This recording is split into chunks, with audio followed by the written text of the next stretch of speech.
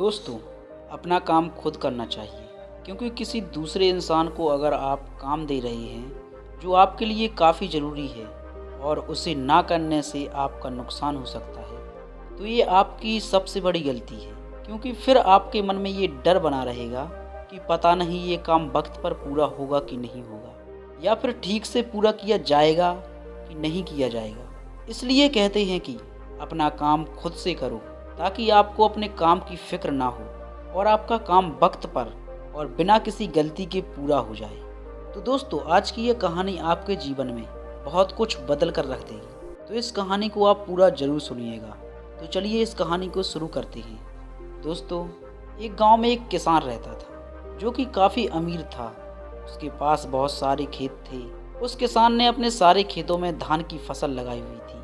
ठंड के मौसम में किसान के खेत में फसलों के बीच में एक चिड़िया ने अपना घोंसला बनाया था। उस चिड़िया के 2 बच्चे थे। वो बच्चे अभी तक उड़ने लायक नहीं हुए थे। उनके पंख अभी इतने मजबूत नहीं थे। चिड़िया दिन भर घूम घाम कर खाना ढूंढ कर लाती और शाम को अपने बच्चों को खिलाती ताकि उनका पेट भर सके। एक दिन दोपहर के वक्त किसान खेत में आ गया और फसलों को देखकर बोला, अब ये सारी फसलें तैयार हो गई हैं काटने के लायक। कल ही मजदूरों को बुलाकर इनकी कटाई शुरू करवा दूंगा।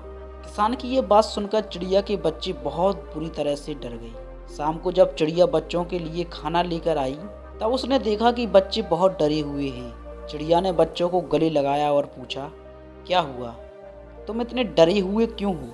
तब बच्चों ने बताया कि आज इस खेत का मालिक आया था और वो इस खेत में घूमते हुए फसल को देख रहा था और कह रहा था कि अब ये फसल तैयार हो गई है और मजदूरों को बुलवाकर इसकी कटाई शुरू करवाते हैं। बच्चों ने चिड़िया से कहा, माँ, हम अभी उड़ने के लायक नहीं हैं। अगर यह फसल कट गई तो हमारा क्या होगा?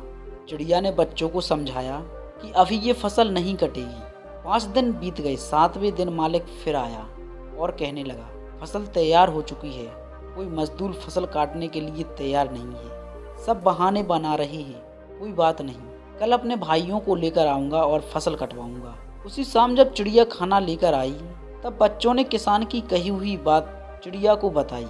चिड़िया ने इस बार कहा, घबराने की कोई ज़रूरत नहीं है, अभी ये फसल नहीं कटेगी। 4 दिन और बीत जाने के बाद फिर 5वें दिन जब चिड़िया खाना लेकर आई तब बच्चों ने उसे फिर बताया कि आज फिर किसान आया था और कह रहा था कि भाई लोग रोज़ मेरी बात को कल कल करके टाल रहे हैं।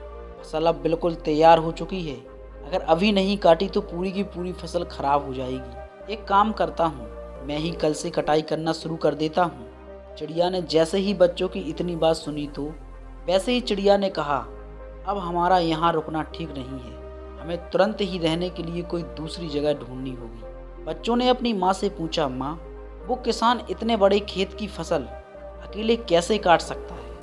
उनके साथ तो कोई मजदूर भी नहीं है और उनके भाई ने भी उनकी मदद करने से मना कर दिया, फिर हमें डरने की क्या ज़रूरत है?